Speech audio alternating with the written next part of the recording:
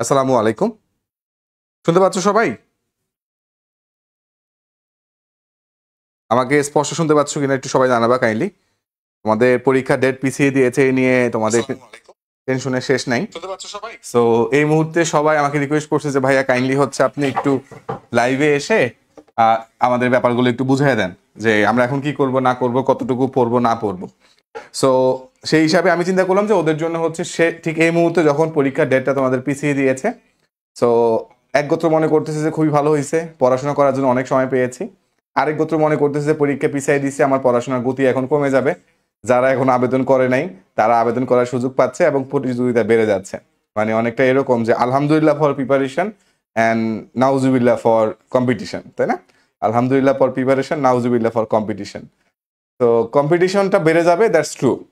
এখন এই কম্পিটিশনটা বেড়ে যাওয়ার ফলে তুমি কি করবা?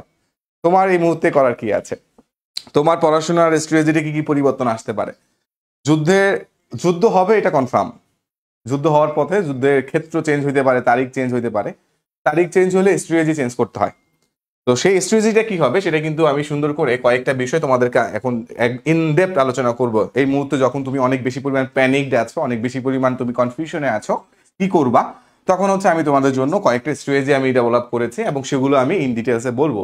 Number 1 proper planning, number 2 stay motivated, number 3 consistency, number 4 question analysis, number 5 practice exam, number 6 extra time কিভাবে তুমি কাজে লাগাবা, অ্যান্ড ফাইনালি টাইম ম্যানেজমেন্ট। তোমার 50 দিন সময় আছে, টাইম ম্যানেজ করতে না পারলে কোনো লাভ নাই। পরীক্ষার আগে গিয়ে মনে হবে যে আমি কি করলাম, 50টা দিন আমি কি করলাম। তুমি যদি সুস্থ না থাকো 50 দিন কোনো কাজে আসবে না। 50 দিন কেন, 500 দিনও কোনো কাজে আসবে না যদি তুমি হেলদি না থাকো। তো ঠিক এই সময়ে রাইট টাইমে রাইট জিনিসটা ব্রেইনে তোমাদেরকে প্রেজেন্ট করে, রাইট? তুমি এখন কনফিউশনে আছো, তুমি কিভাবে তোমার পড়াশোনাটাকে গুছিয়ে নিবা, কিভাবে তুমি কম্পিটিশনে টিকে থাকবা, তুমি কিভাবে হচ্ছে তোমার স্বপ্নটা পূরণ করবা।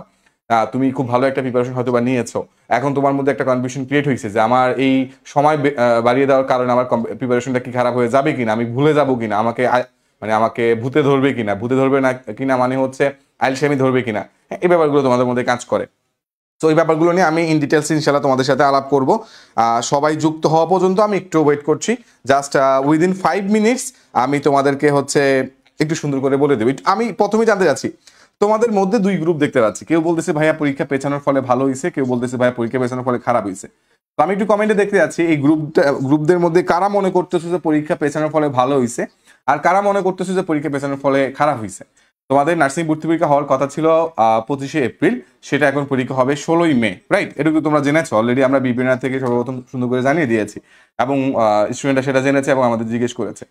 তো হোয়াটস ইউর অপিনিয়ন? তোমার অপিনিয়নটা কি, ভালো হয়েছে না খারাপ হয়েছে? আমি শুরু করবো, আমি এক এক করে প্রত্যেকের বিষয় শুরু করবো।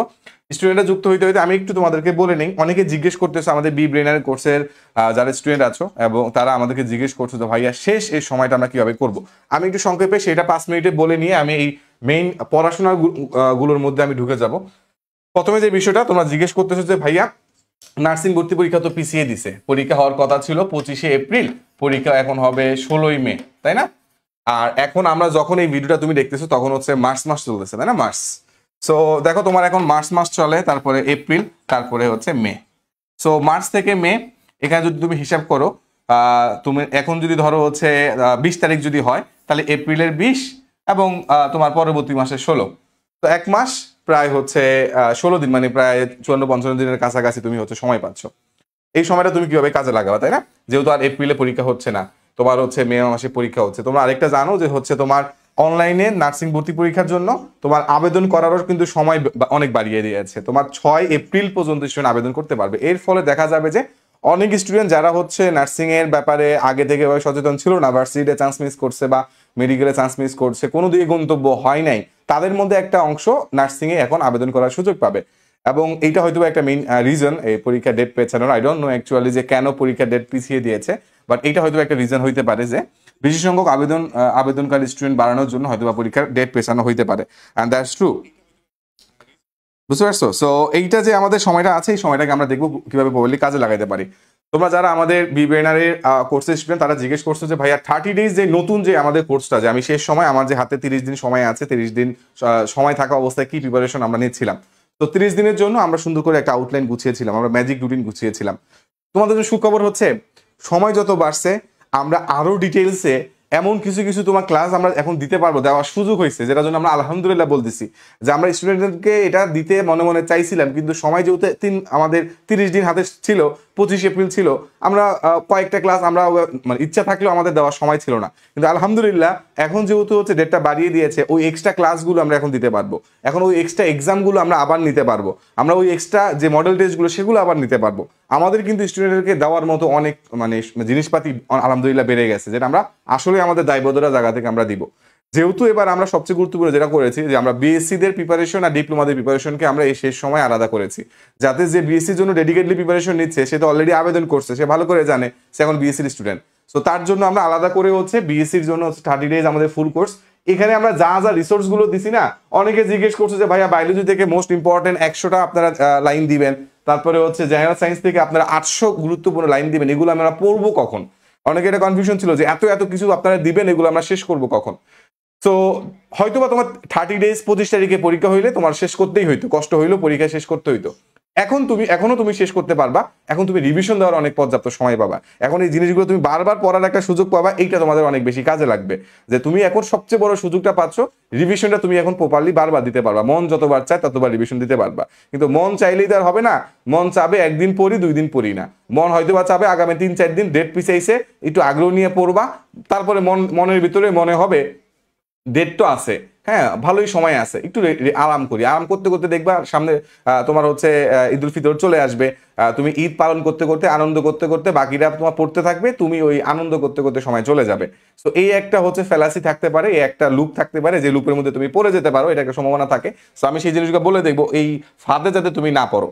তো সিম্পলি সুন্দর করে আমরা জিনিসগুলোকে এমনভাবে গুছিয়ে দিচ্ছি এবং আমরা এমনভাবে তোমার অর্গানাইজ করে দিচ্ছি যে স্টুডেন্ট যাতে হচ্ছে এই শেষ 50 দিনে যাতে গুছিয়ে করতে পারে।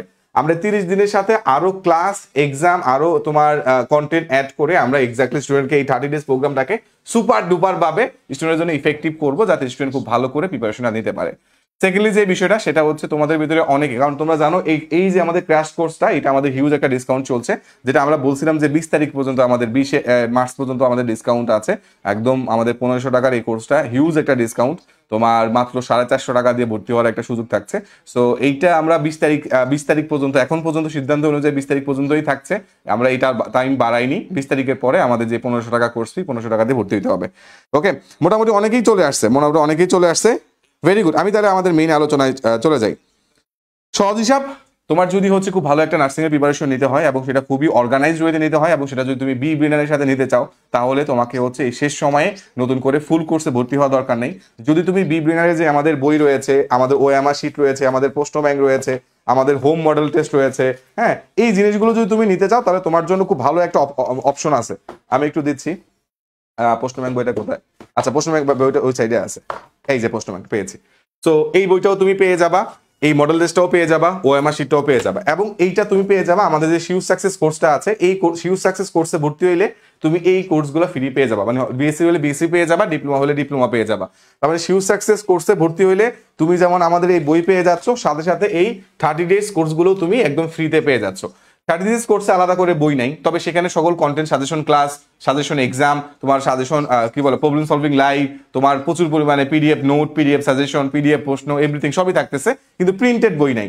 প্রিন্টেড বইগুলো তুমি বি ব্রেনারে যে প্রিন্টেড বই বলতে অনেক প্রিন্টেড বই হতে পারে, এটা হচ্ছে বি ব্রেনারের এক্সক্লুসিভ প্রশ্ন ব্যাংক, এইটা তুমি পাবা আমাদের এই শিউজ সাকসেস কোর্সে। এটা আমাদের কোর্স ফি 5000 টাকা ছিল, এখন ডিসকাউন্ট একটু কমছে, তুমি আমাদের পেজে যোগাযোগ করলে আরেকটা ডিসকাউন্ট পেয়ে যাবা।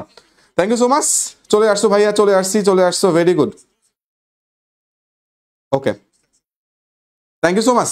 আচ্ছা চলো বাবারা, এখন আমার করণীয় কি? তোমার মেইন প্রশ্ন হচ্ছে ভাই এখন আমার করণীয় কি? করণীয় হচ্ছে এক এক করে আগাই। তার আগে আমি একটু দেখাই কে কে নার্সিং ভর্তি পরীক্ষার জন্য সেন্টার কি দিছিলা, কার সেন্টার কি দিছো একটু বলো তো, কার সেন্টার কি দিছিলা, মানে পরীক্ষার কেন্দ্র কোথায় দিছিলা, সেন্টার কি দিছিলা? আমি একটু দেখতে যাচ্ছি যে তাহলে কোন কেন্দ্রের স্টুডেন্টরা আমার এই লাইভে বেশি আছে। কারণ অনেকে মনে করো যে যেই সেন্টারে পরীক্ষা দিব, যে ঢাকা নার্সিং এ যদি আমি গিয়ে পরীক্ষা দিই, তাহলে আমার ঢাকা নার্সিং এ চান্স হয়ে যাবে। সো ব্যাপারটা তো এরকম না। ওকে,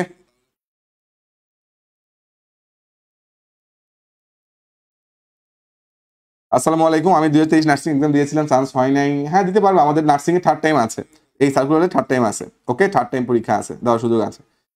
আচ্ছা, প্রথম যে বিষয়টা, প্রথম আমি এটা বলো, রাজশাহী, খুলনা, ভেরি গুড, সবাই সবার কেন্দ্রের নাম বলতেছে। কেন্দ্রের নাম বলতে থাকো, ফাঁক দিয়ে আমি প্রথম পয়েন্টটা শুরু করি।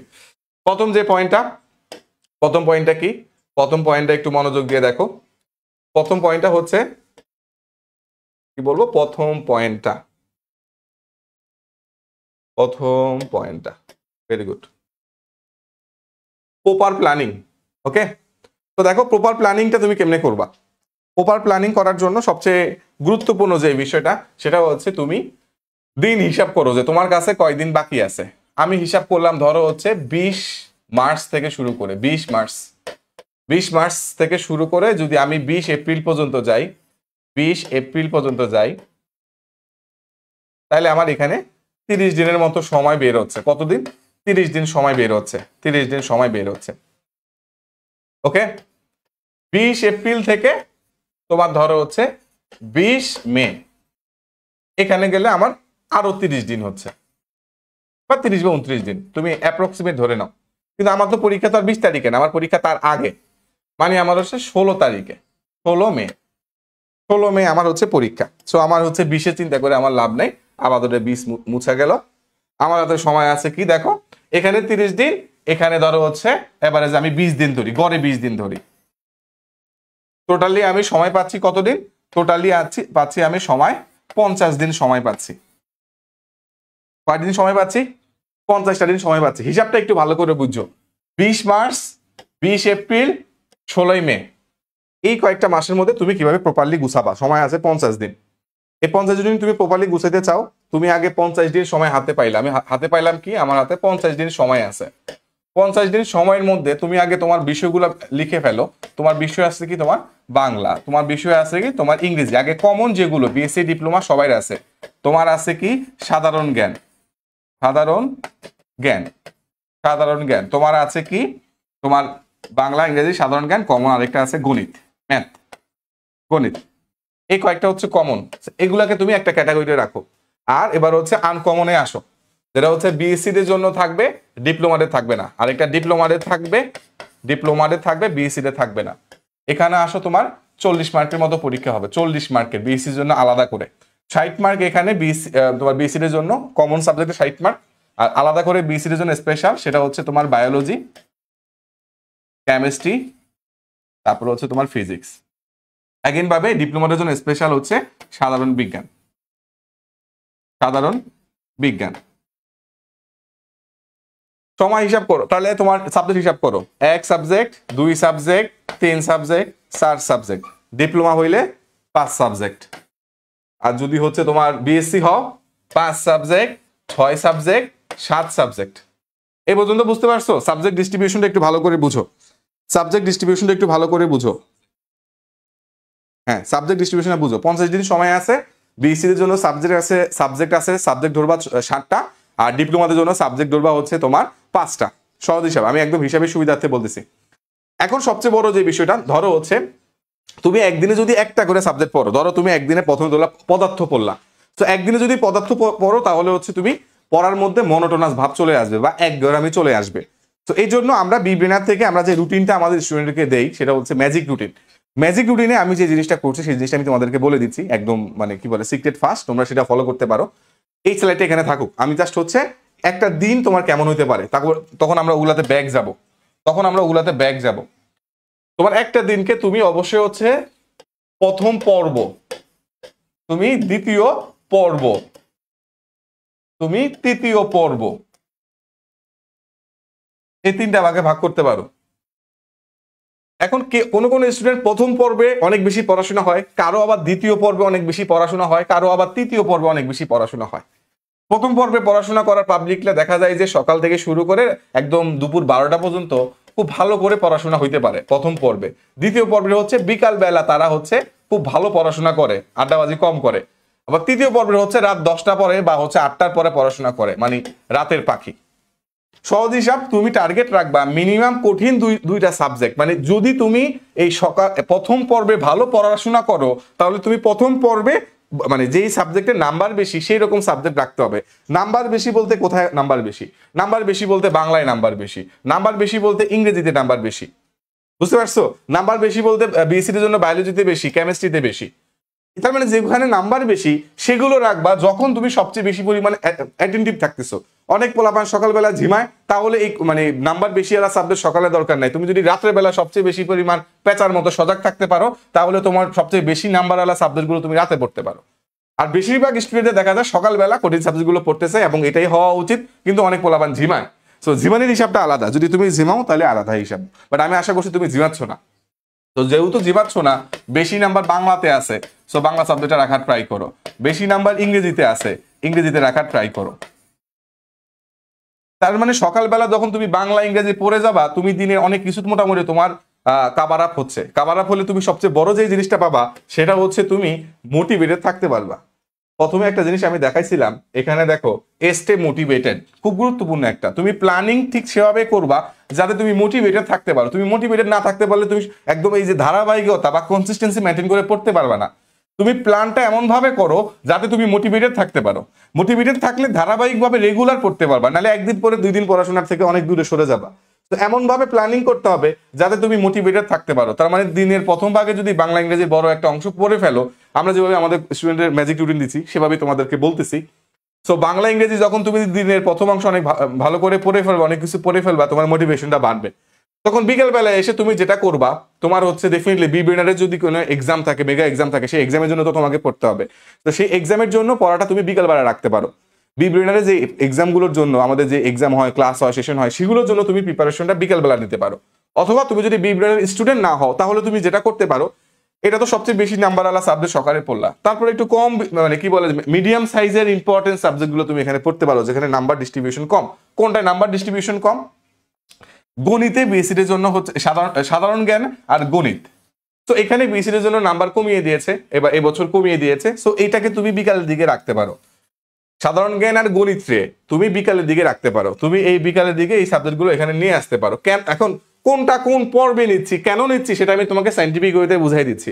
তো এটা তুমি হচ্ছে কি রাখতে পারো, এখানে তুমি জিকে রাখতে পারো, এখানে তুমি ম্যাথ রাখতে পারো। এখন কতক্ষণ করে পড়বা এটা তোমার উপর ডিপেন্ড করবে।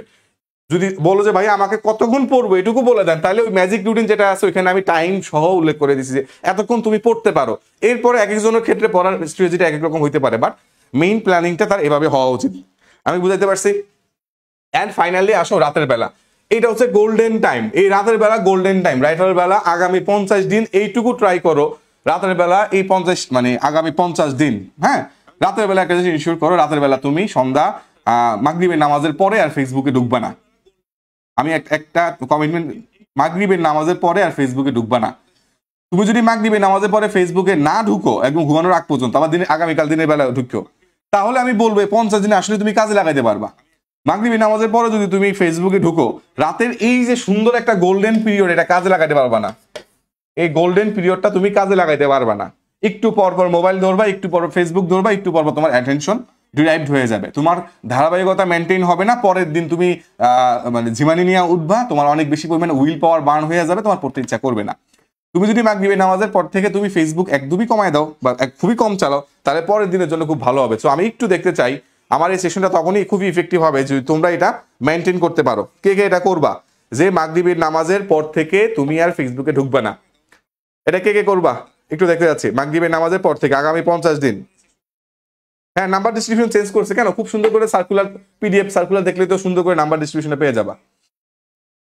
কে কে আমাকে একটু সুন্দর করে বলো যে ভাইয়া আমি আগামী 50 দিন আমি মাগরিবের নামাজের পরে আর ফেসবুকে ঢুকবো না। সুন্দর সহজ হিসাব।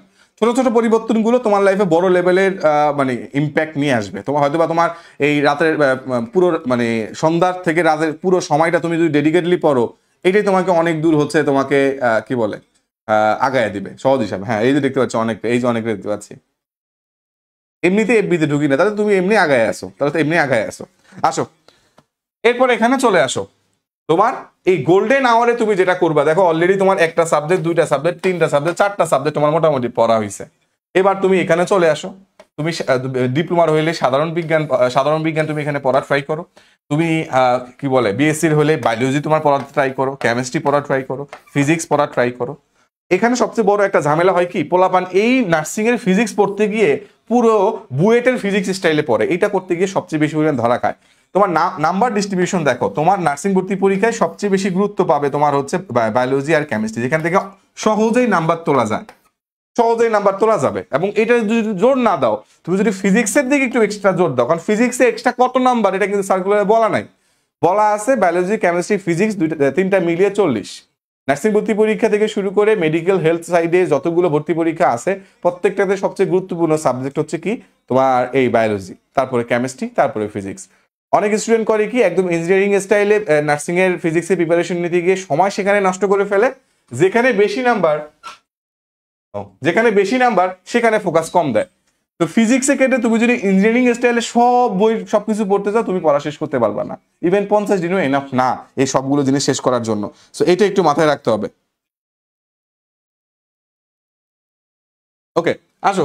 তো স্বাভাবিকভাবে তোমাকে মেইন ফোকাস করতে হবে বায়োলজি আর কেমিস্ট্রিতে। আমি বায়োলজি কেমিস্ট্রি একটু পরে আর ডিটেলস আলাপ করবো যে বায়োলজি কেমিস্ট্রি ফিজিক্স কেমনে পড়বা। তার আগে এখানে একটা কথা একটু বলে নেই। বাংলার ক্ষেত্রে তোমার এটুক মাথায় রাখতে হবে, বাংলার ক্ষেত্রে প্রথম পত্রের তেমন গুরুত্ব নার্সিং ভর্তি পরীক্ষায় নাই। বাংলা থেকে মেইন প্রশ্ন হবে নবম দশম শ্রেণীর যেই হচ্ছে ব্যাকরণ বই আছে, ওই ব্যাকরণ বইটা যদি খুব ভালো করে তোমার পড়া হয়ে থাকে, আমরা অলরেডি এইটার দাগানো পিডিএফটা আমাদের যারা ফুল কোর্সের স্টুডেন্ট আছো, সিরিয়াস সাকসেসের স্টুডেন্ট আছো, তাদেরকে আমরা দিয়েছি। তো ওইখানে যে দাগানো যে লাইনগুলো আছে সেগুলো তোমরা পূর্ণাঙ্গ রূপে শেষ করবা। সময় যেহেতু বেশি পাইছো, ওই দাগানো লাইনের বাইরের জিনিসগুলোও পড়বা। কারণ যত মানুষে তোমার ওই কমনের গ্যারান্টি দেউক না কেন, পুরোটাই ইলজিক্যাল হবে। কমনের গ্যারান্টি দেওয়ার মানে কি, যে আমি অনুমান করতেছি এখান থেকে এটা কমন আসতে পারে। আমি যদি একটা জিনিস তোমাকে একটু দেখাই, কোন একটা সাবজেক্টের, ধরো ইংরেজিতে স্টুডেন্টের অনেক বড় দুর্বলতা থাকে। সো তুমি যদি ইংরেজি বইয়ের প্রথম এক পৃষ্ঠাটা দেখো, তাহলে তুমি দেখবে এখানে একটা অ্যানালাইসিস দেওয়া আছে। এই অ্যানালাইসিসে দেওয়া আছে noun determiner, number, gender, pronoun. তুমি দেখবা জেন্ডার থেকে হচ্ছে তোমার গত বছর বিএসসিতে কোনো প্রশ্ন আসে নাই, ভার্ব থেকে 2টা প্রশ্ন আসছে, তারপরে অ্যাডভার্ব থেকে 2টা প্রশ্ন আসছে, তারপরে সিনোনিম অ্যান্টোনিম থেকে 2টা প্রশ্ন আসছে।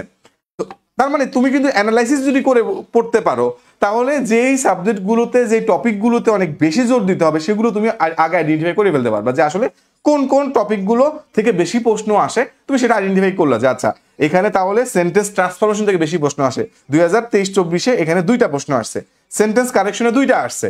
তার মানে তুমি এটা আইডেন্টিফাই করে ফেলো। তাহলে এখানে গুরুত্বপূর্ণ একটা পয়েন্ট আমি লিখে রাখছি, সেটা হচ্ছে তোমার ব্রেকডাউন করতে হবে। তুমি যদি ব্রেকডাউন করো ইএনটি, এখন আমরা আমাদের ইয়াতে লিখছি ইএনটি। What is ENT?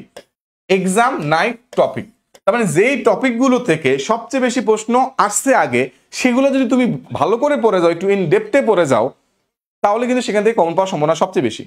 কেউ একজন বললো আমি তোমাকে 40 পেজের একটা কাগজ দিব, 40 পেজের একটা নোট দিব, এখান থেকে 90% কমন আসবে, তখন তোমার মনে হবে আল্লাহ 90% কমন বলছে, তাহলে তো সে মনে হয় খুব সবভাবে বলছে 90% কমন, 10% তো বলে নাই যে কমন পড়বে, বলে নাই তো 100% কমন, বলছে 90% কমন। তো 90% কমন সেটা বলার তার বৈজ্ঞানিক ভিত্তিটা কি, কোন ভিত্তির উপরে সেটা সে বলছে, তাই না? আলটিমেটলি সে বলতে হবে তাই বলে দিছে। কিন্তু তুমি যদি অ্যানালাইসিস করো, এই যে আমরা বিভিন্ন বইতে যে দিয়েছি, তুমি অ্যানালাইসিস করলে তুমি নিজেই যেই ইম্পর্টেন্ট পয়েন্টগুলো পাবা, যে ইএনটি পাবা, এক্সাম নাইট টপিকগুলো পাবা, এখান থেকে তুমি নিজেই কমন ফলাইতে পারবা। অন্যরা কি কতটুকু করছে সেটার উপর তোমার ডিপেন্ডেন্ট থাকতে হচ্ছে না। আমি কি এটুকু বুঝাইতে পারছি? সো এটুকুর কারণে তোমার কিন্তু প্যারা খাইতে হচ্ছে না। পড়াটা তোমার নিজে কিভাবে গুছাই নিবা, আমি সেটুকু তোমাকে দেখাই দিতেছি, তুমি পড়াটা কিভাবে তুমি গুছাই নিবা, ইম্পর্টেন্ট টপিকগুলো গুছাই নিবা। সো অ্যাগেন এই ব্রেক ডাউন করে নিতে হবে ইম্পর্টেন্ট টপিকগুলো কোনগুলো, এগুলো তোমাকে ব্রেক ডাউন করে নিজের গুছাইতে হবে। কিছু জিনিস যদি তুমি নিজে গুছাইতে না পারো, তাহলে শুধু চান্স পাওয়ার স্বপ্ন দেখার আই থিঙ্ক দরকার নাই, কারণ এখন কম্পিটিশন অনেক বেড়ে যাবে। তুমি যদি এক্সট্রা কষ্ট না করতে পারো, এক্সট্রা মাইলেজ চাইতে না পারো, তাহলে মানে কি বলে যে একটা কথা বলে যে নার্সিং ভর্তি পরীক্ষার আবেদনকারী অনেকেই হইতে পারে, কিন্তু পরীক্ষার্থী অনেক না। আবেদনকারী অনেক মানে কি, আবেদনকারী অনেক মানে হচ্ছে যে তোমার 700 টাকা লাগে, 500 টাকা লাগে, দিয়ে আবেদন করে, এরকম আবেদন করছে ধরো হচ্ছে 50-60 পোলাপান। কিন্তু নার্সিং এর জন্য ডেডিকেটলি বাসায় বসে ঘন্টার পর ঘন্টা পড়াশোনা করছে, তাদেরকে আমরা পরীক্ষার্থী বলছি, সেই সংখ্যাটা বেশি না। তার মানে তোমরা অনেকে ভয় পেয়ে যাও না যে ভাইয়া প্রতি সিটের জন্য 30 জন করে লড়বে, প্রতি সিটের জন্য 20 জন করে লড়বে, এটা ভয়ের কিছু নাই। কারণ ওরা সব আবেদনকারী, ওরা পরীক্ষার্থী না, ওরা বাপমার 500 টাকা 700 টাকা নষ্ট করছে। পরীক্ষার্থী যে এরকম সংখ্যাটা খুবই কম, তাদের মধ্যে তোমাদের ফাইটটা মূলত হয়। সব আবেদনকারী কিন্তু তোমার পরীক্ষার্থী না। পরীক্ষার্থী এই অর্থে বুঝাচ্ছি প্রিপারেশন সে নিচ্ছে কি নেয় নাই, পরীক্ষা প্রিপারেশন সবাই নেয় না। যারা প্রিপারেশন নেয় তাদের মধ্যে তোমাদের ফাইটটা হবে। আর প্রিপারেশন নেওয়ার ক্ষেত্রে তুমি যদি তোমার টপিকগুলো ভেঙে ভেঙে পড়তে পারো তাহলে তোমার পড়াটা অনেক আগে যাবে। এখন প্রশ্ন ভাই তাহলে আপনারা ভেঙে দেন, আমি আরামসে পড়ি। ডেফিনেটলি আমরা সেটা আমাদের বিবেনের আমরা ভেঙে ভেঙেই দিচ্ছি, আমরা যেহেতু অ্যানালাইসিস করে দিচ্ছি, গুছাইয়া দিচ্ছি, আমরা যেহেতু হচ্ছে কোন টপিক বেশি আসবে, কোন টপিকের থেকে প্রশ্ন করলে স্টুডেন্ট এটা কমন পাবে, এটা আমরা অ্যানালাইসিস করে দিচ্ছি, এটা আমরা করছি। কিন্তু তোমাকে এটা পারতে হবে, তোমাকে এটা পারতে হবে। কারণ তুমি এটা না পারলে তুমি হবা কি, যখনই কেউ বলবে যে আমার এই কয়েক পেজ পড়লে তুমি চান্স পেয়ে যাবে, তুমি সেগুলোতে বিশ্বাস করবে। কিন্তু তুমি যদি এক্স্যাক্টলি যৌক্তিক হইতে চিন্তা ভাবনা করতে পারো তাহলে কেউ এরকম ফাউল কথা বলে তুমি বিশ্বাস করার প্রশ্নই আসে না। তো তুমি বলবো যে আমার তাকে অ্যানালাইসিস করে দেখতে হবে যে আসলে এই টপিকটা ইম্পর্টেন্ট কিনা, এটা কি আসবে কিনা, এই এখান থেকে বিগত বছরগুলোতে কেমন প্রশ্ন আসছে, এটার প্রশ্ন আসার ট্রেন্ডটা কিরকম। ইউ ক্যান আইডেন্টিফাই দ্যাট, তুমি এটা আইডেন্টিফাই করতে পারো খুব সহজে, and that's very important. Okay, so এটা যে ইএনটি ব্রেকডাউন করে নিতে হবে, এই ব্রেকডাউন করে পড়াটা অনেক বেশি গুরুত্বপূর্ণ। চলো আমরা হচ্ছে অলরেডি তিনটা পয়েন্ট দেখছি। তো বাংলার ক্ষেত্রে আমার 9 10 যে ব্যাকরণ বইটা আছে, ব্যাকরণ বইটা পড়বা। এক্সট্রা ভাবে সাহিত্য থেকে জিনিসগুলা যারা এখনো পড়ে না তারা পড়ে ফেলা। সাহিত্য থেকে বিশেষ করে কাজী নজরুল ইসলাম, রবীন্দ্রনাথ ঠাকুর থেকে শুরু করে অন্যান্য যারা হচ্ছে বাংলাদেশের প্রথিতযশা হচ্ছে কবি রয়েছে তাদের নামগুলো ভালো করে পড়বা। এখন সাহিত্য যেরকম বাংলা টপিকে রয়েছে এরকম টপিক জিনিসটা কিন্তু আবার ইংরেজিতেও আছে, যেটাকে আমরা লিটারেচার বলতেছি। তো বাংলায় বাংলা সাহিত্য, ইংরেজিতে ইংলিশ লিটারেচার, দুই জায়গা থেকে প্রশ্ন হয়। বাংলা সাহিত্য থেকে 2 থেকে 3টা প্রশ্ন আসতে পারে, ইংলিশ লিটারেচার থেকে 1 থেকে 2টা প্রশ্ন আসতে পারে। অনেকে বাংলা গ্রামার পড়তে পড়তে সাহিত্য বাদে দিয়ে দেয়, আবার অনেকে ইংলিশ গ্রামার পড়তে পড়তে ইংলিশ লিটারেচারটা বাদে দিয়ে দেয়। কিন্তু এখান থেকেও কিন্তু 2 থেকে 3টা প্রশ্ন আসে, এখানে 1 থেকে 2টা প্রশ্ন আসে। এই যে নাম্বারের ডিস্ট্রিবিউশন, যে কোন জায়গা থেকে কোশ্চেন আসার ট্রেন্ডটা কেমন, এইটুকু বুঝতে না পারার কারণে অনেক স্টুডেন্ট কিন্তু হচ্ছে ভুল জায়গায় ফোকাস করে ভুল প্রিপারেশনটা নেয়। ওকে ওকে ওকে, ক্লিয়ার আসছে? দেখা যাচ্ছে না? দেখো ঠিক করো। ভবিষ্যতে এরকম ঝিকিমিকি ঝিকিমিকি অন্ধকার হয়ে যাবে, ঝিকিমিকি অন্ধকার হয়ে যাবে।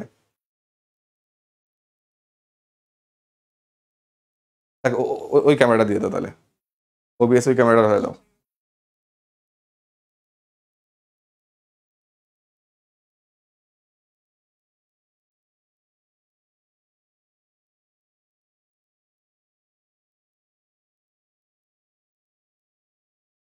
অন করা আছে?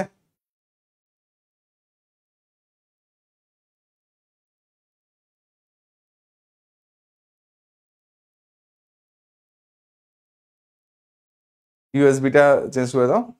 ওকে, ক্যামেরা ঠিক হইতে হইতে আমার কথাটা শুনতে থাকো। আচ্ছা, সেকেন্ডলি আমি আরেকটা পয়েন্ট গুলো বলছিলাম, আমার কথাগুলো শোনো, অন্ধকারে অন্ধকারে নাও।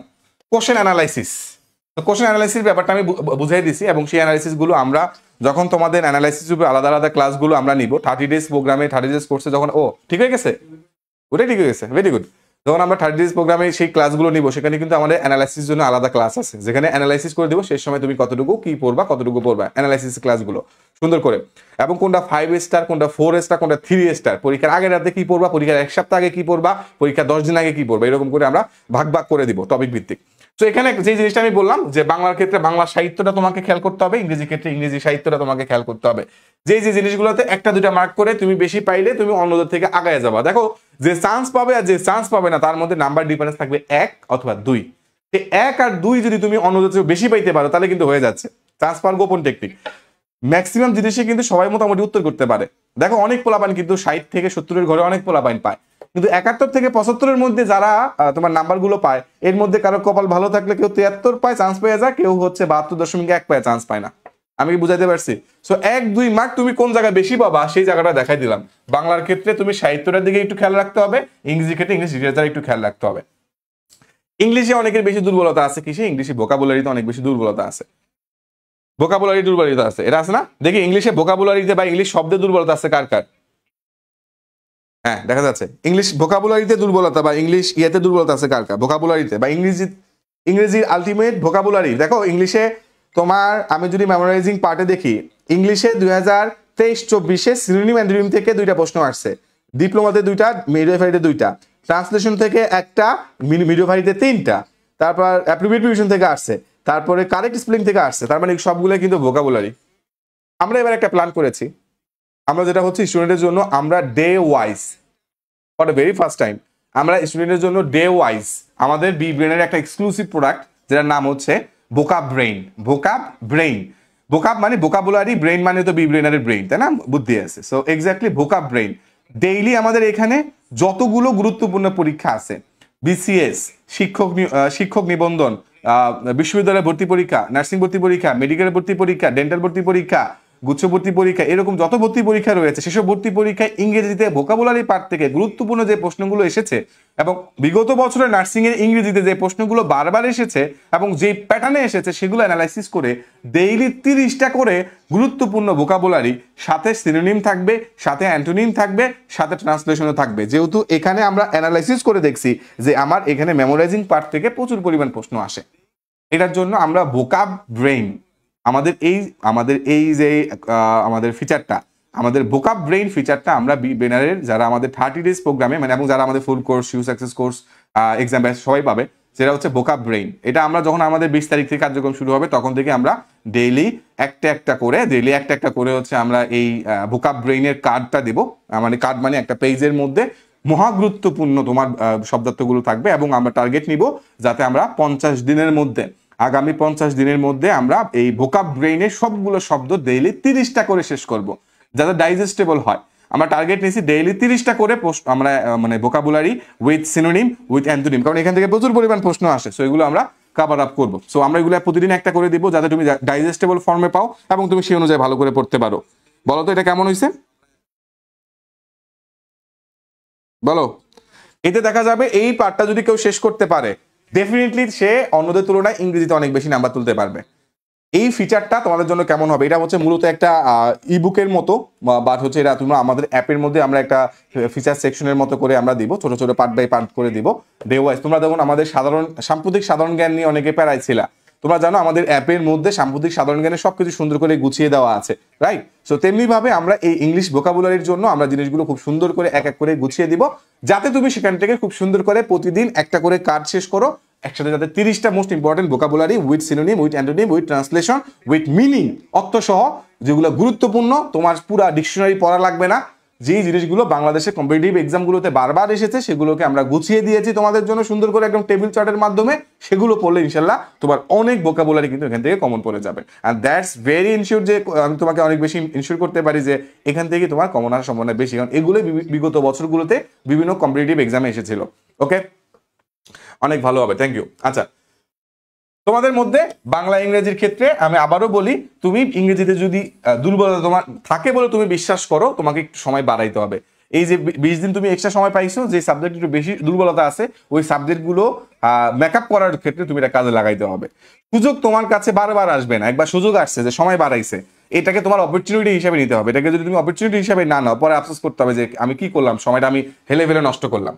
এবার তুমি চলে আসো সাধারণ জ্ঞানে চলে আসো। সাধারণ জ্ঞানে সবচেয়ে বেশি পরিমাণ প্রশ্ন আসবে বাংলাদেশ অংশ থেকে। সাধারণ জ্ঞানে সবচেয়ে বেশি পরিমাণ প্রশ্ন আসবে বাংলাদেশ অংশ থেকে। এমনিই তো বিএসসি তে নাম্বার কমাইছে সাধারণ জ্ঞানে, তাই না? এখন সেই 10 মার্কের মধ্যে তোমার হচ্ছে ওই আন্তর্জাতিক আর কি দিবে। এখন এমন তো বলবে না যে ডোনাল্ড ট্রাম্পের গেঞ্জির সাইজ কত। তো আন্তর্জাতিক পড়তে গিয়ে এত বেশি সময় নষ্ট করা দরকার নাই। ডোনাল্ড ট্রাম্পের জুতা সাইজ, জামা সাইজ তোমার মুখস্থ করা লাগবে, ওদিকে যাওয়া দরকার নেই। দেশে আমাদের অনেকগুলো ঘটনা আছে। বিশেষ করে তুমি যদি হচ্ছে খেয়াল করো, আমাদের জুলাইয়ের গণ অভ্যুত্থান, 24-এর গণ অভ্যুত্থান থেকে কিন্তু অনেকগুলো প্রশ্ন, এই যে রিসেন্ট যে ভর্তি পরীক্ষাগুলো হয়েছে ঢাকা ইউনিভার্সিটি থেকে শুরু করে অন্যান্য যে ভর্তি পরীক্ষাগুলো হয়েছে সেখান থেকে কিন্তু আসছে। তো তুমি গণ অভ্যুত্থানের উপরে ভালো করে একটু পড়ে যাও, তাহলে তোমার এখান থেকে অনেক নাম্বার কমন আসতে পারে। তুমি ডক্টর মোহাম্মদ ইউনূসের জীবনী মোটামুটি পড়ে যাও, তার বইগুলো পড়ে যাও, তার কর্মগুলো পড়ে যাও, এখান থেকে তুমি কমন পাইতে পারো। বাংলাদেশে কিছু কিছু অংশ রয়েছে, যেমন হচ্ছে বাংলাদেশের ভৌগোলিকভাবে বাংলাদেশের যেই প্রশ্নগুলো হয় এগুলো কিন্তু প্রায় প্রতি বছরে আসে। আমি যদি আমাদের বিব্রেনের সাধারণ জ্ঞান বইটা নেই, দেখো বিব্রেনের সাধারণ জ্ঞান বইটা আমি আমার বিব্রেনের সাধারণ জ্ঞান বইয়ে অ্যানালাইসিস অংশ থেকে একটু তোমাদেরকে আমি দেখে বলতেছি। তুমি দেখবা এখান থেকে বাংলাদেশের মুক্তিযুদ্ধ থেকে গত বছর প্রায় 5টার মতো প্রশ্ন আসছে। এখন অনেকে প্রশ্ন জিজ্ঞেস করো যে ভাইয়া 2023-24-এ বাংলাদেশের মুক্তিযুদ্ধ থেকে 5টা প্রশ্ন আসছে, ডিপ্লোমাতে প্রায় 6টা আসছে, আর বাংলাদেশের অভ্যুদয়ের ইতিহাস থেকে 2টা আসছে, 7টা প্রশ্ন এখান থেকে আসছে। ভৌগোলিক অবস্থান থেকে 3টা আর ভূপ্রকৃতি থেকে 3টা আসছে। দেখো বাংলাদেশের কিন্তু ভৌগোলিকভাবে আর পরিবর্তন হয় না, এমন না যে বাংলাদেশ যায় রাশিয়া গিয়ে উঠছে, না, বাংলাদেশেই আছে। তো ভৌগোলিক ভাবে যে অবস্থান, এখান থেকে 2023-24-তে 3টা, ডিপ্লোমাতে 6টা প্রশ্ন আসছে, 22-23-এ তার আগের বছর 4টা আসছে, তার আগের বছর 5টা আসছে। তার মানে বাংলাদেশের ভৌগোলিক অবস্থান ও ভূপ্রকৃতি পড়লেই তোমার 4 থেকে 5 নাম্বার কমন পড়তেছে। আমি কিন্তু বুঝাইতে পারতেছি না, মানে তোমাকে কিছু জিনিস আইডেন্টিফাই করতে হবে। আমাদের যে সাজেশন ক্লাসগুলো ভাইরা নিবে তখন সেগুলো এভাবে ভাগ পার্ট বাই পার্ট দিবে। তো তোমাকে মোস্ট ইম্পর্টেন্ট মানে কোথা থেকে পড়লে নাম্বার বেশি পাবা এইটুকু যদি আগে একবার বুঝে ফেলতে পারো, তখন নিজে পড়তে গিয়ে মনে হবে আরে তামিম ভাইয়া তো বলছিল যে এটা একটু ভালো করে পড়তে, এটা এই কারণে ভালো করে পড়তে হবে, এটা তুমি বুঝে যাবা। আমি সেই বোঝানোর জিনিসটাই তোমাকে বুঝাই দিতেছি।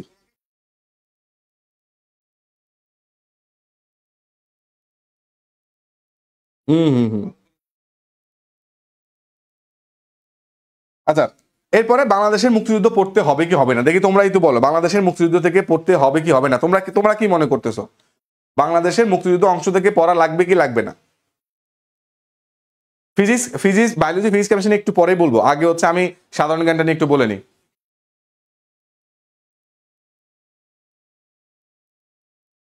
আমি আরেকটা সহজ পরামর্শ দিই, যারা ধরো হচ্ছে এখনো কোনো মানে আর্থিক সমস্যার জন্য কোনো কোচিং এ ভর্তি হতে পারো নাই, তারা বি ব্রেনার ইউটিউব চ্যানেলে সেখানে গিয়ে আমাদের যে ফ্রি কোর্স আছে ওই কোর্সে সেখানে অনেক ফ্রি ক্লাস আছে সুন্দর করে সাজানো বিষয়ভিত্তিক, ওই ক্লাসগুলো তোমরা করে ফেলবা। বি ব্রেনার ইউটিউব চ্যানেলে ফ্রিতে আমরা সবার জন্য দিয়ে রেখেছি, যাদের আর্থিক সমস্যার কারণে কোচিং করতে পারেনি। আমরা চাই প্রত্যেকটা স্টুডেন্ট যাতে হচ্ছে নার্সিং এর পড়াশোনার জন্য যাতে রিসোর্সের অভাব না হয়।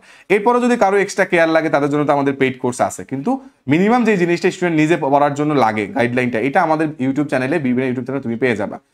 ওকে, হ্যাঁ পড়তে হবে ডেফিনেটলি। তার মানে মুক্তিযুদ্ধ থেকে তোমার পড়তে হবে, কারণ ভাই প্রতি বছরে 4 থেকে 5টা পর্যন্ত প্রশ্ন পরীক্ষা আসছে। এমন জুলাইয়ের গণ অভ্যুত্থান হয়েছে মানে মুক্তিযুদ্ধের গুরুত্ব কমে গেছে তা না, বাংলাদেশের জন্মই হয়েছে মুক্তিযুদ্ধের মাধ্যমে। সো ডেফিনেটলি এটার গুরুত্ব থাকবেই।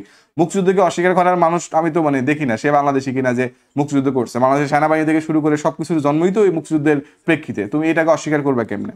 হ্যাঁ হয়তো বা এখন বঙ্গবন্ধুর উপরে প্রশ্ন একদম কমে যেতে পারে, নাও আসতে পারে, শেখ হাসিনার উপরে প্রশ্ন কমই আসতে পারে, কিন্তু মুক্তিযুদ্ধকে তুমি অস্বীকার করবে কেমন? মুক্তিযুদ্ধকে অস্বীকার করা মানে হচ্ছে বাংলাদেশকে অস্বীকার করা।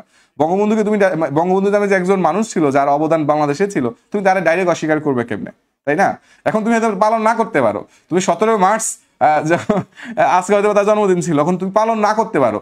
এখন তোমার এইটুকু আসতে পারে শিশু দিবস কবে, হয়তো এটা আসবে না, না আসতে পারে বঙ্গবন্ধুর জন্মদিন কবে ছিল, বাট এটুকু তো আসতে পারে যে শিশু দিবস কবে ছিল, রাইট? সো মুক্তিযুদ্ধ থেকে প্রশ্ন আসবে, হয়তো আগে 5টা ছিল এখন হয়তো 4টা আসবে, হয়তো আগে 6টা ছিল এখন 5টা, তোমার 5টা আসবে, এভাবে হইতে পারে, বাট প্রশ্ন আসবে। মুক্তিযুদ্ধ থেকে তুমি এই বেশি পাকনামি করে মুক্তিযুদ্ধে বাদ দিয়ে যাও না, তাহলে কিন্তু তুমি ধরা খাবা। সেকেন্ডলি, আগে বঙ্গবন্ধুর উপরে যেভাবে ইফোর্ট বেশি দেওয়া হইতো সেই ইফোর্টটা হয়তো একটু কম দিলেও চলবে, বুঝতে পারছো? এই জিনিস কারণ ব্যক্তিভিত্তিক ইফোর্টটা নর্মালি, যেহেতু হচ্ছে প্রশাসন চেঞ্জ হচ্ছে, প্রশাসন চেঞ্জ হলে প্রশ্নের ধরনটাও খানিকটা চেঞ্জ হওয়ার সম্ভাবনা আছে। তার মানে তুমি বঙ্গবন্ধু সম্বন্ধে বেসিক জিনিস না জেনে তুমি পরীক্ষা হলে যাওয়া মহাপাপ হবে। পরীক্ষা হলে অবশ্যই বঙ্গবন্ধুর কি কি বই লিখছে, ডক্টর মোহাম্মদ ইউনূস কি কি বই লিখছে এটা যেমন পড়ে যাবা, বঙ্গবন্ধুর কি কি বই লিখছে এটাও পড়ে যাবা, বঙ্গবন্ধুর ছোটকালের নাম কি ছিল এটাও যেমন পড়ে যাবা। আমাদের বঙ্গবন্ধু যেই হচ্ছে প্রত্যেকটা আমাদের যেই আন্দোলনগুলোতে মুক্তিযুদ্ধ হওয়ার আগ পর্যন্ত, হ্যাঁ, যে আন্দোলনগুলো নেতৃত্ব দিয়েছিল সেগুলোর ব্যাপারে তোমাকে নলেজ রাখতে হবে। ভাই এগুলো নলেজ না রাখতে দেশের ইতিহাসটা তুমি জানলা না, তোমার কেন হচ্ছে তোমার মানে জায়গা দিবে? ডেফিনেটলি জুলাই অভ্যুত্থান সম্বন্ধে অবশ্যই হচ্ছে তোমার আসবে, হ্যাঁ জুলাই অভ্যুত্থান সম্বন্ধে অবশ্যই প্রশ্ন আসবে। ওকে, ও জিজ্ঞেস করছে শিশু দিবস কবে, এখন মতো কেউ চেঞ্জ করেনি। আচ্ছা আসো, সাধারণ জ্ঞান থেকে মোটামুটি এইটুকু একটু জেনে রাখো, এরপরে আসো ম্যাথে। সাধারণ গণিতে সবচেয়ে গুরুত্বপূর্ণ যে বিষয়টা, আমি সাধারণ গণিতের একটু বিষয়টা নেই, সাধারণ গণিত দাঁড়াও, আসো সাধারণ গণিতের ক্ষেত্রে আমি যদি একটু অ্যানালাইসিস করে দেই তোমাকে, সাধারণ গণিতে কি করবা? সাধারণ গণিতের ক্ষেত্রে প্রথমে আসো,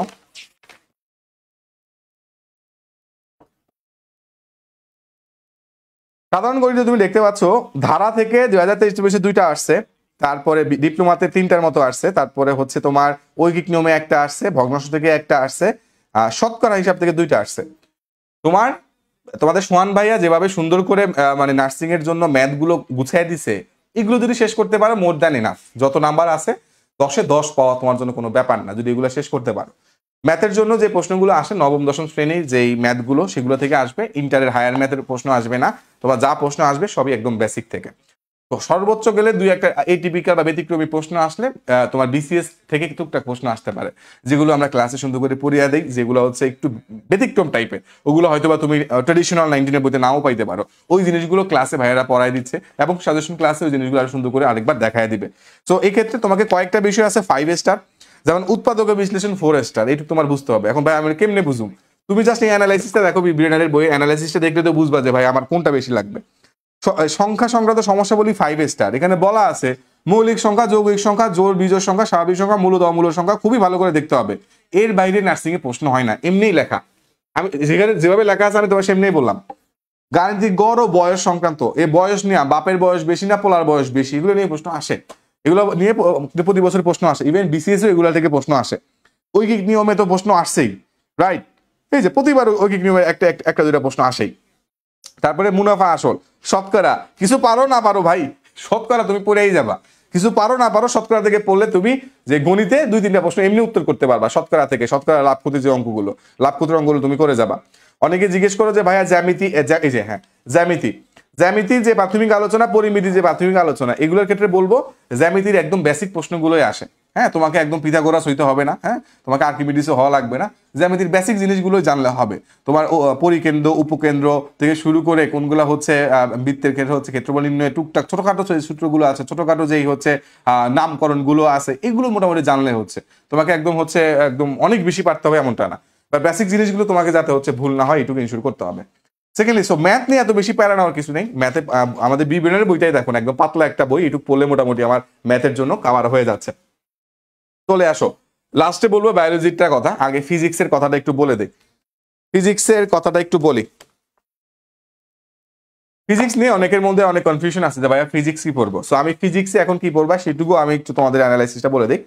প্রথমে তুমি বিবরণের বইয়ের প্রথম কয়েক পেজ খুললে দেখবা অসংখ্য পরিমাণ এখানে দেওয়া আছে যে তোমার গুরুত্বপূর্ণ আবিষ্কার কি, যে পরমদবজ সূত্র আবিষ্কার করছে কে, জি আবিষ্কার করছে কে, তাপগতিবিদ্যার প্রথম সূত্র আবিষ্কার করছে কে, বিদ্যুৎ আবিষ্কার করছে কে, তোমার হচ্ছে কণিকা তত্ত্ব আবিষ্কার করছে কে, লেজার আবিষ্কার করছে কে, কে কোনটা আবিষ্কার করছে, ভেরি ভেরি ইম্পর্টেন্ট। একসাথে একটা চকের মতো করে দেওয়া আছে, নার্সিং এ যেগুলো আসতে পারে খুব সুন্দর করে কালার করে দেওয়া আছে, সবুজ কালার, এগুলো পড়ে ফেলতে হবে। এখন তুমি এগুলা পড়তে গিয়ে যদি মেইন বইয়ের মধ্যে আগামী 50 দিন মেইন বইয়ের মধ্যে এগুলা খুঁজে খুঁজে ডাগায় নোট করতে যাও, সময় নষ্ট হবে, আর কিছুই না। কারণ আমরা তো এখানে অলরেডি গুছাই দিছি, তোমার তো এটা গুছায় সময় নষ্ট করা দরকার না, এখানে অলরেডি গুছাই দিছি না ভাইয়া। তো এখানে এই জিনিসগুলো পড়লে তো মোটামুটি হয়ে যাচ্ছে যে কোনটা কে আবিষ্কার করছে। এখানে এটা কিন্তু এক্সাম নাইট টপিক, পরীক্ষার আগে রাতে দেখে যাইতে হবে, উদ্দে লেখা আছে ইএনটি এক্সাম নাইট টপিক, বলে দিছি পরীক্ষার আগে রাতে এই শখ দেখে যাইতে হবে, এই টেবিলটা দেখে যাইতে হবে। এরপরে তোমার চলে আসো পদার্থবিজ্ঞানের গুরুত্বপূর্ণ একক, একটা না একটা দুইটা প্রশ্ন আসবেই গুরুত্বপূর্ণ একক। তোমার ত্বরণের একক, ভরবেগের একক থেকে শুরু করে চাপের একক, ঘনত্বের একক, এগুলোর একক আসবেই, এটাও ইএনটি টপিক। পরমাণুর গঠনের মধ্যে পরমাণুর সাইজ, ইলেকট্রনের সাইজ, নিউক্লিয়াসের সাইজ, প্রোটনের সাইজ, এগুলো থেকে ভেরি ভেরি ইম্পর্টেন্ট, আবিষ্কার করছে এটাও ইম্পর্টেন্ট। এরপরে হ্যাঁ, এখন অনেকে তোমার হচ্ছে বলে কি যে ভাইয়া ফিজিক্সের ম্যাথ আসবে কিনা, না নার্সিং এ এত কোনো কমপ্লিকেটেড ফিজিক্সের ম্যাথ আসে না। ফিজিক্সের ম্যাথ যেগুলো আছে F is equal two M A, এই টাইপের ছোট ছোট যে দুইটা মান বসে অঙ্ক বের করা যায়। যেহেতু নার্সিং পড়তে গিয়ে কোনো তোমার ক্যালকুলেটারের ইউজ নাই, তোমাকে তো ডেফিনেটলি সাইন্টিফিক ক্যালকুলেটার ইউজ করতে হয় এরকম কোনো কোশ্চেন দেবে না। তো ইটস ভেরি ইজি যে তোমাকে হচ্ছে ওই ক্যালকুলেটারের করার মতো তোমার ম্যাথ তোমার জন্য আসবে না, তোমাকে জন্য ঠিক সেগুলোই আসবে যেগুলো মোটামুটি দেখে কাগজ কলমে করে ফেলা যায়। এরকম ছোট ছোট ম্যাথগুলো হয়তো আসতে পারে, তবে খুবই কম। মেইনলি তোমার ফিজিক্সের জন্য থিওরিটিক্যাল জিনিসে আসবে। তোমাদের পলাশ ভাইয়া দেখবে যখন সে পড়ায়, পলাশ ভাইয়া পড়ানোর সময় কিন্তু তোমাকে বলে দেয় যে এই টাইপের জিনিসগুলো ম্যাথমেটিক্স টাইপের এই টাইপের সর্বোচ্চ আসতে পারে, বাকি যেগুলো বেশিরভাগই কিন্তু থিওরিটিক্যাল টাইপের জিনিসগুলোই প্রশ্নে আসে। কারণ আমার কথা বিশ্বাস করা লাগবে না, তুমি বিগত বছরের প্রশ্নের অ্যানালাইসিসটাই তুমি দেখো না। মহাকর্ষ ও বিকর্ষ থেকে দুইটা আসছে। ভৌত আলোক বিজ্ঞানে তোমার কোন টাইপের ম্যাথ আছে যেগুলো তোমার নার্সিং এ আসার মতো, তোমার থিওরিটিক্যাল জিনিসপাতি আসছে, সহজ হিসাব। ভৌত আলোক বিজ্ঞান থেকে অনেকগুলো প্রশ্ন আসছে, তার মানে কি তোমার এখানে থিওরিটিক্যাল জিনিসপাতিগুলো বেশি আসছে। থিওরিটিক্যাল মানে কি, যেগুলো তোমার রিডিং পড়ে তুমি পারবা, মনে রাখার মতো জিনিস আছে। তার মানে কঠিন সূত্র পড়তে গিয়ে তোমার সময় নষ্ট করে মাথা চুল ছেড়ে হতাশ হওয়ার কিছু নেই, বুঝলে নাই? তোমার এখানে সর্বোচ্চ 10-12টা প্রশ্ন আসতে পারে ফিজিক্সতে তো ওভারঅল। সো এটার জন্য তুমি কঠিন বড় বড় সূত্র সমীকরণের প্রমাণ পড়ার কোনো দরকার নাই, এগুলো আসবে না বা এগুলো আসে নাই। তুমি বিগত বছরের প্রশ্ন অ্যানালাইসিস করে তুমি নিজেই বুঝবা। তুমি জাস্ট ওই একটা নির্দিষ্ট অধ্যায় থেকে মোস্ট যে কালো লাইনের মোটা দাগ দেওয়া যে লাইনগুলো আছে ওগুলো ভালো করে পড়লে তুমি ওইখান থেকে ম্যাক্সিমাম জিনিসগুলো তুমি কমন পেয়ে যাবা। আমি বুঝতে পারছি?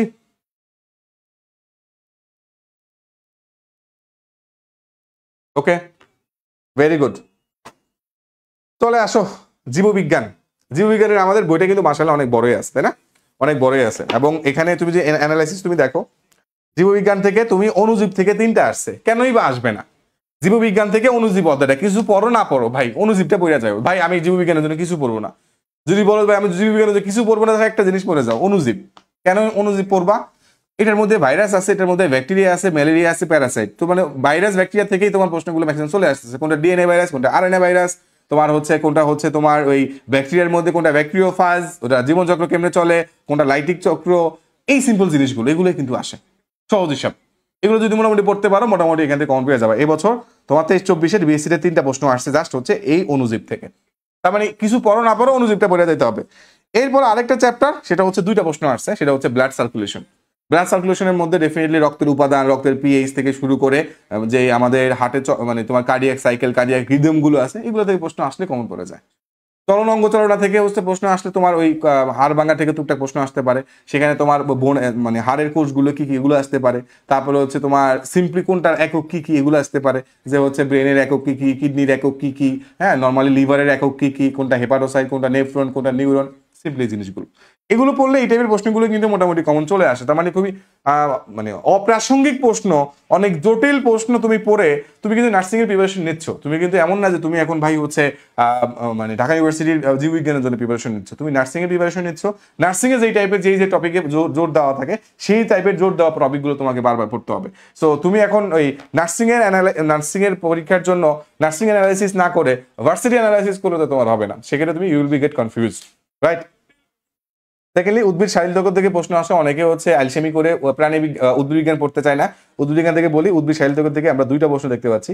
তো ইভেন এখান থেকে কিছু কিছু প্রশ্ন তোমার দেখা যায় যে তোমার মানে ইন্টারের জীববিজ্ঞান থেকে কিছু কিছু জিনিস তোমার ডিপ্লোমাতে চলে আসে। এখন এই যে এক্সট্রা 1-2টা প্রশ্ন চলে আসে, যদিও আমরা বলছি কি যে আমরা 9-10 যেই তোমার সাধারণ বিজ্ঞান বই আছে ওইটুকু পড়লে হয়ে যাচ্ছে, তার সাথে এক্সট্রা হিসাবে যেটা করতে হবে, এক্সট্রা হিসাবে ক্লাস 9-10 জীববিজ্ঞান বইটা, 9-10 ফিজিক্স বইটা, 9-10 কেমিস্ট্রি বইটা, এই 3টা বইয়ের যেই এমসিকিউ গুলো রয়েছে, এই এমসিকিউ গুলো আমরা বিব্রেনারে আমাদের 30 ডেজ প্রোগ্রামে আমরা যারা ফুল কোর্সের স্টুডেন্ট আছে, আমাদের অন্যান্য কোর্সের স্টুডেন্ট আছে, তাদের জন্য তো আমরা বলছি যে এটা ঘোষণা দিছি না অলরেডি যে আমাদের কোর্সের ফিচারের মতো করে।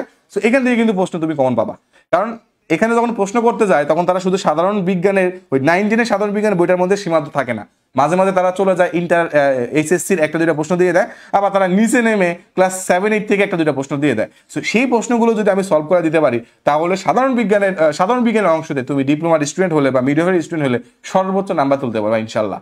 তো এটা নেটেশনের কিছু নেই, আমরা সব জিনিসগুলো আমরা গুছাই দিচ্ছি। সো এটা ভেরি ভেরি ইম্পর্টেন্ট, কোন টপিকটা কতটুকু পড়তে হবে, কি পড়তে হবে। আর আমরা যেহেতু এখানে লাইন বাই লাইন আমরা পড়ার জন্য বলতেছি, কারণ এখানে একটা এমসিকিউ পড়লে তোমরা অবশ্যই এইটুকু ইনশিওর করার ট্রাই করো এই এমসিকিউ থেকে আমি আরো 4টা এমসিকিউ পাবো কিনা। অনেকে যারা আমাদের ফুল কোর্সের স্টুডেন্ট আছো তাদের জন্য আমি সুন্দর একটা ট্রিক্স দিয়ে দিই। অনেকে যারা ফুল কোর্স বাইরে জিজ্ঞেস করে যে ভাইয়া এই সময় আমি ঠিক কি করবো, আমি মানে অত বেশি পড়ি নাই, আছে একটা স্টুডেন্টকে আমরা ফোন দিছিলাম যে ওদের পড়াশোনা খবর নেওয়ার জন্য, আমাদের অফিস থেকে রেগুলারই ফোন যায় স্টুডেন্টের যে কেমন পড়াশোনা হচ্ছে, ইমপ্রুভমেন্ট হচ্ছে কিনা, কোন জায়গায় ঝামেলা হচ্ছে।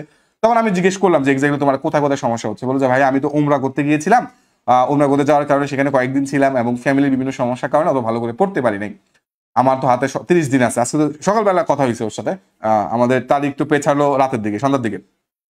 তখন ওকে আমি একটা কথা বলছি যে দেখো তুমি আগে থেকে কিছু পড়ো না পড়ো, একটা জিনিস তুমি করতে পারো, তুমি তো বিভিন্ন কোর্সের স্টুডেন্ট, তুমি আমাদের অ্যাপের মধ্যে বিভিন্ন অ্যাপের মধ্যে যতগুলো তোমার ডেইলি এক্সাম হয়েছে প্রত্যেকটা ডেইলি এক্সামে শো অ্যান্সারে ক্লিক করলে প্রত্যেকটা প্রশ্নের উত্তর ব্যাখ্যা সহ চলে আসবে। তুমি এক কাজ করো, এখন তুমি সব বই পড়া কুলাইতে পারবা না,